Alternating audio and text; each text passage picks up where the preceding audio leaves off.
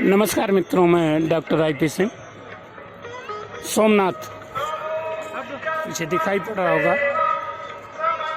मंदिर की पृष्ठभूमि में पीछे के भाग में खड़ा हुआ आपके लिए वीडियो बना रहा हूं। अरब सागर में सुदूर सूरज डूबता हुआ शायद आपकी स्क्रीन पे आ सके। पापी पेट के सवाल पर हमारे बहुत से नाविक शायद मछलियों की तलाश में भटकते हुए, पूछा तो पता लगा 15-15 दिन के लिए घर छोड़ करके निकल जाते हैं।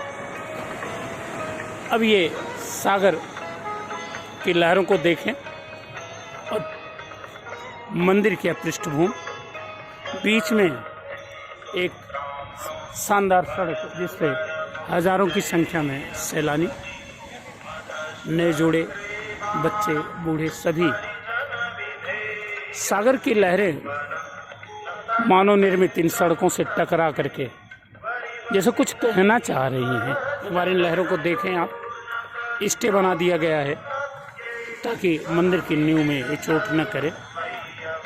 लगता है कि सागर कभी शांत भाव से आ रहा है तो कभी उत्साह के आवेग में। देखें, आवाज़ बस अभी आएगी ये, और इधर इंसान अपनी विजय गाथा स्तुति के रूप में प्रस्तुत करते हुए आपको याद दिलाना चाहूँगा, ये भव्य शिखर जो संभवतः चौथी बार बनवाए गए मंदिर का शिखर है।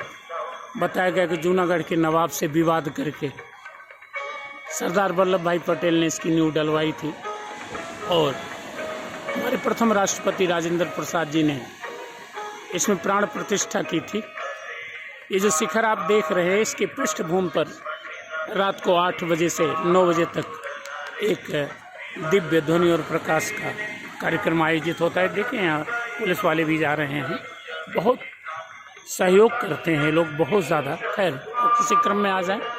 अब ये लहरें और सोमनाथ जी के मंदिर के बीच कहा जाता है कि वो जो परंपरा है, किंवदंती है कन्याकुमारी की, कि शंकर जी ने जब माँ पार्वती से विवाह किया उसी समय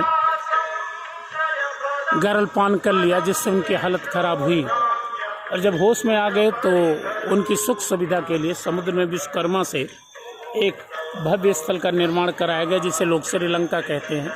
तो शंकर जी ने कहा गृह प्रवेश से पहले पूजा होनी चाहिए, और उस पूजा के लिए जिसे बुलाया गया वो रावण था। तो रावण से शंकर जी ने कहा कि मेरे पास तो कुछ है नहीं, दक्षिणा पहले तय कर लो। तो उन्होंने कहा सारे देवता यहीं हैं, दक्षिणा ले लेंगे, पहले गृह प्रवेश हो जाए।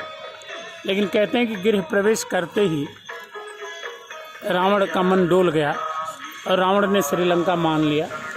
उनके मांग लेने पर पार्वती माँ उन्हें लेके हिमालय पर चली गई कि आप यहाँ रहने लायक नहीं हो। चूँकि गृह प्रवेश नहीं हुआ इसीलिए उन्हें कन्याकुमारी कहा गया। तो समुद्र जब रोने लगा तो कहते हैं कि माँ पार्वती से उसने कहा कि बेटे यहाँ रहते तो हम भी भव्य और दिव्य बन जाते। तो माँ पार्वती ने कहा था कि पिता चिंता मत करना, आप जब भी याद करोगे आपकी यादें मेरे पास तक आएंगी और मैं उन्हें आप तक लौटाया करूँगी। तो नदियाँ उसी के रूप में, ये पहले मानसून यादों के रूप में पहुँचता है, बर्फ़ के रूप में वहाँ एकत्रित होता है और धीरे धीरे वह नीचे की तरफ आता है।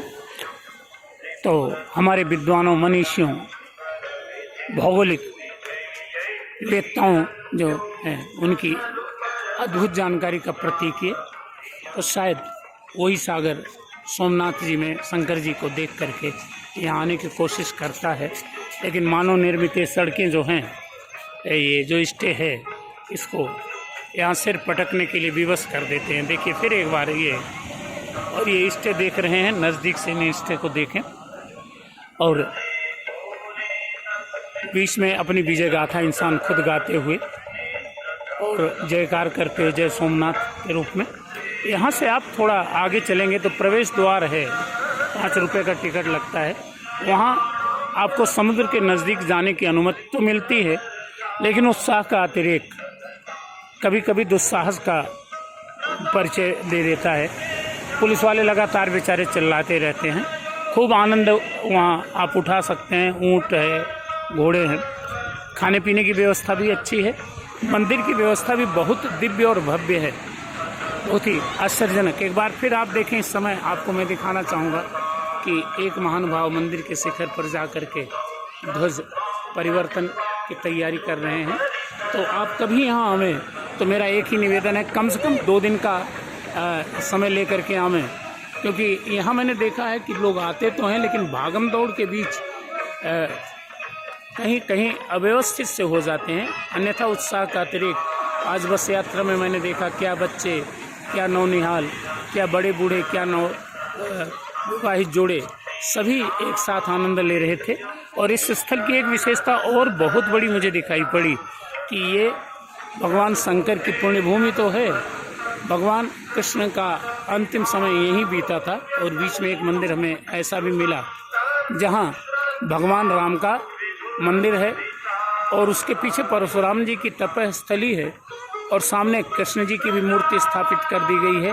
तो समन्वय जो हमारी हिंदू जाति, भारतीय संस्कृति की विशेषता है, इसका अद्भुत स्वरूप यहाँ दिखाई पड़ा। मंदिर में आप आते हैं तो थोड़ा सा ध्यान रखें, इलेक्ट्रॉनिक सामान आप नहीं ला सकते हैं, लेकिन बाहर जमा करने की बहुत ही अच्छी व्यवस्था है। भारत के शायद ही किसी मंदिर में हो। 50 काउंटर बने हुए हैं, जूते चप्पल से लेकर के लोग सहयोग करते हैं। सफाई भी ज़बरदस्त है, यहाँ के लोग भी बहुत अच्छे हैं। अपराध, धोखाधड़ी कहीं नहीं दिखाई पड़ी। लेकिन हाँ, एक रुकने की व्यवस्था थोड़ी सी अव्यवस्थित मुझे लगी। यहाँ होटल वाले या जो धर्मशाला वाले हैं या जो गेस्ट हाउस वाले हैं, वो थोड़ा लूटपाट, अगर मैं कहूँ तो बुरा नहीं होगा, लूटने पाने की कोशिश करते हैं। लेकिन फिर भी इंसान मस्त, जितने चेहरे आप देखेंगे, लोग मस्ती में आ रहे हैं, अपने यादों में कैद करने की कोशिश कर रहे हैं। समझे आप ना? इधर देखें तो सूरज देवता अब डूब चुके हैं, तो अपना सब अपनी मस्ती में टहलते हुए, इधर देखें वीडियो बनाने की कोशिश यादों की ये पालकी में। तो आपको मैंने ये दिखाया। कभी भी सोमनाथ आएँ, यहाँ आने के लिए बहुत ही अच्छी व्यवस्था है। मंदिर के पास ही रुकने के लिए है। थोड़ा सा ऑनलाइन अगर कोशिश कर लें तो ज़्यादा अच्छा है। दिन में आ जाएं, थोड़ा अगर चैतन्य होकर कोशिश करेंगे, संयम का परिचय दे करके, तो मंदिर के जस्ट बगल में रुकने की व्यवस्था मिल जाएगी आपको। अहिल्याबाई जी के द्वारा बनवाया गया तीसरा मंदिर भी काफ़ी सुरक्षित और संरक्षित है। तो एक बार आप यहाँ अवश्य आएँ और आपकी आस्था, विश्वास को एक बार फिर से मैं प्रणाम करते हुए वीडियो आपकी सेवा में प्रस्तुत कर रहा हूँ। देखिए, फिर एक बार आपसे कहना चाहूँगा, मेरे साथ बोलते हुए इस वीडियो को देखेंगे आप। जय सोमनाथ। थैंक यू, धन्यवाद।